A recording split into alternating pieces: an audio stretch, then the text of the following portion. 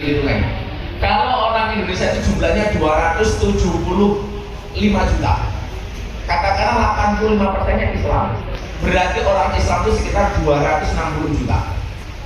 Menurut LSI, 49,8% itu adalah Nahdlatul Ulama. Berarti warga NU sekitar 125 juta. Di saat ustadz-ustadz yang beredar di TV nasional itu tidak pede mengaku NU, saya dari awal membranding diri saya ini adalah kader NU. Saya tanya kepada kawan-kawan itu, Gus, kalau Gus Miftah membranding dirinya NU nanti pasarnya sedikit. Saya bilang Anda goblok. Bukankah bonus demografi menunjukkan bahwa mayoritas orang Islam itu adalah Nahdlatul Ulama? Ini artinya apa? Pasar. Kalau kemudian Anda takut tidak diundang, Anda salah. Sebelum pandemi, undangan yang datang ke pondok per hari bisa 500 permintaan. Sekarang mungkin bisa masih sekarang udah mulai normal kembali ratusan. Dulu sebelum pandemi, permintaan yang datang untuk menghadirkan saya ke seluruh Indonesia, bahkan di luar negeri, satu hari 500. Berarti sebulan berapa Pak? 15.000. Satu tahun saya bisa menghadiri 1.000 lokasi. Artinya kalau permintaan saya terima semuanya, permintaan satu bulan itu menutup jadwal saya 15 tahun. Pertanyaannya, saya kalornya kapan? Karena aku kalor nyelok. Nah ini artinya apa? Ini peluang. Tapi peluang itu sekaligus memunculkan tantangan. Tantangannya apa Bapak Ibu, adik-adik mahasiswa? Karena NU ini dianggap besar, maka banyak orang yang kemudian hari ini pengen mensangsi NU, pengen merusak NU, pengen merusak kerukunan NU, pengen merusak kebersamaan NU. Saya kasih contoh misalnya begini. Munculnya Muhammad bin Salman di Arab Saudi, ini mohon maaf ya ibu-ibu yang mungkin bukan mahasiswa atau pelajar. Kalau saya di kampus agak serius sedikit, jadi nggak kakek guyon seperti saya pengajar di Palu, karena saya harus menempatkan diri saya. Nah, nanti kalau ibu-ibu pengen guyon, nanti itu pengajian saya buat. Kalau di sini biar kelihatan intelek sedikit lah. Ini itu di dalam telek titik. Jadi telek titik yang masih di dalam, namanya telek kencung. Muhammad bin Salman ketika dinobatkan sebagai putra mahkota utama di Arab Saudi, karena putra mahkota di Arab Saudi itu Pak, itu biasanya dibuat berjenjang. Ada putra mahkota utama, kemudian kedua, ketiga, keempat. Jadi dia bisa ini urutan. Artinya kalau rajanya meninggal, yang berpotensi menggantikan adalah putra mahkota utama. Dulu MBS ini nomor sekian, tapi sekarang menjadi nomor 1. Salah satu kebijakan MBS apa? Orang mengatakan begini kan hari ini, wah MBS muncul seperti itu bahaya. Arab Saudi dibuat modern, mungkin ini tanda-tanda akhir zaman. Saya bilang kalau akhir zaman itu sudah pasti. Tapi coba kita lihat kebijakan MBS umpamanya. MBS mengatakan apa? Meratifikasi perjanjian antara Syekh Abdul Wahab dengan Syekh As-Saud. Syekh As-Saud dengan Syekh Abdul Wahab waktu itu membuat perjanjian. Syekh As-Saud memegang kendali pemerintahan, kemudian Syekh Abdul Wahab memegang kendali keagamaan. Makanya Saudi kenapa identik dengan Wahabi? Karena ada perjanjian antara Syekh As-Saud dengan Syekh Abdul Wahab dengan Wahabi. Yang perlu Anda tahu, sebelum perjanjian ini berlangsung, sebenarnya akidah Arab Saudi Ahlussunnah sama dengan kita. Pertanyaannya adalah, kenapa kemudian Syekh Abdul Wahab mampu menguasai Arab Saudi dengan Wahabinya? Karena saat itu di Arab Saudi tidak ada satu organisasi pun yang membentengi berlangsungnya Ahlussunnah. Maka kemudian apa? Hilang. Artinya apa? Kalau hari ini di Indonesia ada orang mengatakan nggak penting NU-NU-an, yang penting Ahlussunnah, hati-hati. Itu adalah propaganda Wahabi. Pertanyaannya adalah, kenapa di Indonesia NU dan Ahlussunnah, kenapa di Indonesia Ahlussunnah bisa berjalan dan berlangsung sampai hari ini? Karena ada organisasi yang membentengi keberlangsungan Ahlussunnah. Siapa? Nahdlatul Ulama. Itu artinya apa?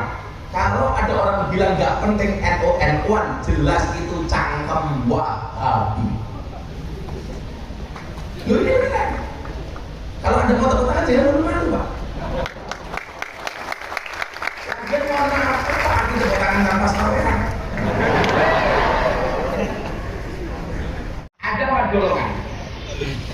ada di Indonesia ini Pak yang perlu kita sikapi. Yang pertama, beragamanya Ahlussunnah, berbangsa dan bernegaranya ideologinya Pancasila. Ini orang yang paling ideal untuk tinggal di Indonesia.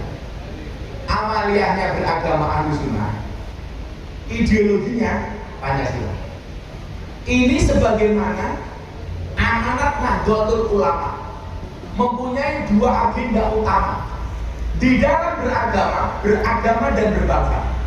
Di dalam beragama menjaga keberlangsungan Ahlussunnah wal Jamaah, di dalam berbangsa menjaga PBNU, Pancasila, Bhinneka Tunggal Ika, NKRI, Undang-Undang Dasar 1945. Ini amanat Nahdlatul Ulama. Jadi beragamanya Ahlussunnah, berbangsanya Pancasila. Satu. Yang kedua, ada golongan yang amaliyahnya masih Ahlussunnah, tetapi berideologinya Hizbut Tahrir. Ini yang banyak menipu Pak. Kenapa? Amalahnya sama dengan kita Pak. Subuh ya kunutan, malam Jumat ya tahlilan, sebagaimana sihir saya ini. Bapak NU, Ibu Muslimat, Kakang Ansor, Adik Pak. Semangat dulu. Ibu jawab Muslimat sama Pak ayat saja.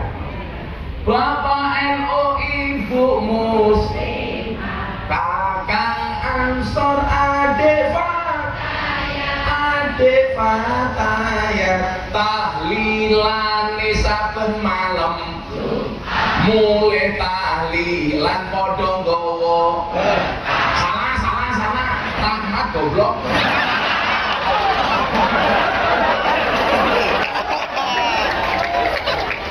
Sedikit membadok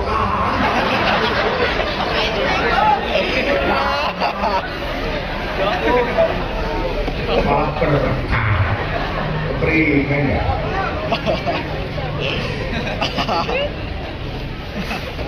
Ini golongan kedua, amaliyahnya Ahlussunnah kayak kita, tapi berbangsa dan bernegaranya menggunakan ideologi khilafah. Ini pasti Anda tahu lah, ustaz-ustaz siapa yang masuknya ke sana. Gak perlu saya sebutnya. Kalau saya sebutkan mesti kontroversi lagi. Kemudian yang ketiga siapa? Ya walaupun saya biasa dengan kontroversi, saya tuh apa sih yang gak kontroversi? Kopi dingin kontroversi.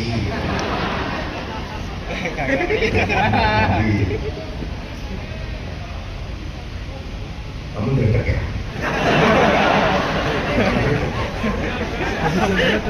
Kamu mahasiswa sini? Mahasiswa? Oh alumni. Makanya kalau kamu putus sama mantan kamu jangan bilang mantan, alumni saja asal. Ya biar bisa reunian nih.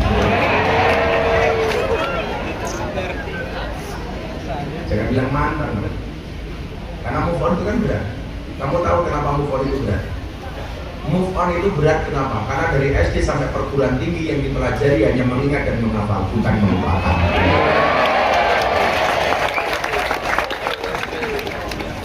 Makanya saya bilang, move on itu pilihan, gagal move on itu cobaan, pura-pura move on pencitraan.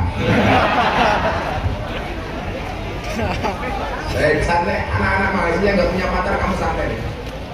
Kan kamu ada baca sama cewek cantik, tapi kemudian kamu ingat, hati ini meyakinkanku, tapi cermin itu menyadarkanku. Jadi kalau kamu ditolak sama cewek, kamu bilang santai saja, sorry saya jomblo bukan karena saya nggak laku, tapi karena saya terlalu indah untuk dimiliki. Nyatanya saya nggak pernah pacaran karena istri saya cantik. Makanya ini saya bilang, dibalik kesuksesan seorang laki-laki agar ada banyak mantan yang menyesal. Habis ini tanya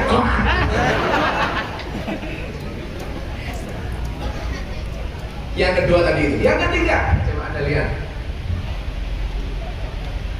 beragamanya Wahabi, Salafi Wahabi, berbangsa dan bernegaranya masih Pancasila. Ini ada Pak, Wahabi tapi masih Pancasila. Walaupun mohon maaf, serangannya nyalah-nyalahin dan lain sebagainya, tapi di golongan ini minimal masih ada, walaupun cuma sedikit. Dia berbeda dengan kita persoalan akidah, tapi dalam berbangsanya dia mungkin masih sama dengan kita. Yang keempat yang paling mudah ditandai. Beragamanya Wahabi, berbangsa dan bernegaranya khilafah. Contoh kasus umpamanya, Mas saya coba diperlihatkan.